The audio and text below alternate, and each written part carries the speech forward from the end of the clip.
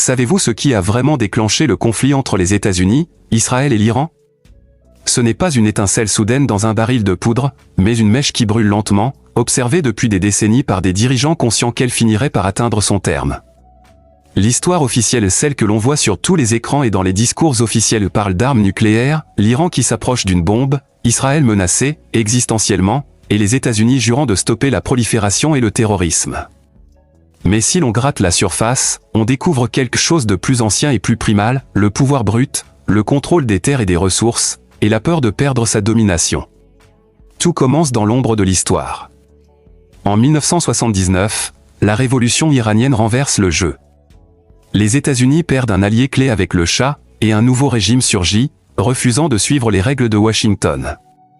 L'Iran ne se contente pas de rejeter l'influence américaine, il la défie activement, en construisant des alliances avec des groupes régionaux qui frappent les intérêts américains et israéliens. Hezbollah au Liban, soutien en Syrie, influence en Irak après la chute de Saddam, et même les Houthis qui perturbent le commerce maritime dans la mer Rouge. Pour Washington, ce n'est pas seulement une question d'idéologie, c'est la montée d'un bloc rival dans une région trop stratégique pour être ignorée.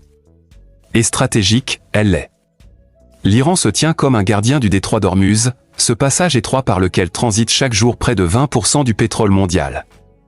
Pouvoir le contrôler ou simplement pouvoir le menacer donne un levier sur les prix mondiaux de l'énergie, sur les économies et sur les alliances.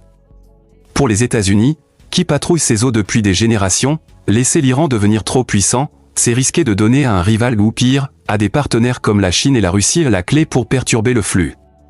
La Chine, avide de pétrole à prix réduit et de moyens pour contourner les systèmes financiers occidentaux, avait déjà renforcé ses liens avec Téhéran, acheté la majorité de son brut, créé des réseaux commerciaux parallèles, aidé à contourner les sanctions. Affaiblir l'Iran n'était donc pas seulement une question nucléaire, c'était refuser à Pékin une position fiable en Eurasie et préserver l'ordre dirigé par les États-Unis dans un monde multipolaire. Israël voyait les choses différemment, mais avec autant d'urgence.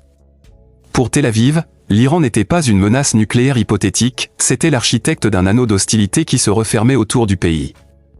Les proxys, comme le Hezbollah, armés et financés par Téhéran, représentaient un danger immédiat. Les frappes ne visaient pas uniquement les centrifugeuses, elles touchaient les structures de commandement, les stocks de missiles, la capacité du régime à projeter sa force. L'objectif n'était pas seulement de prévenir, mais d'affaiblir, pousser l'Iran dans un coin où il ne pourrait plus influencer le Liban, la Syrie ou l'Irak contre les intérêts israéliens. Publiquement, c'était présenté comme de l'autodéfense. Privément, il s'agissait de dominer une région où toute faiblesse s'expose aux attaques.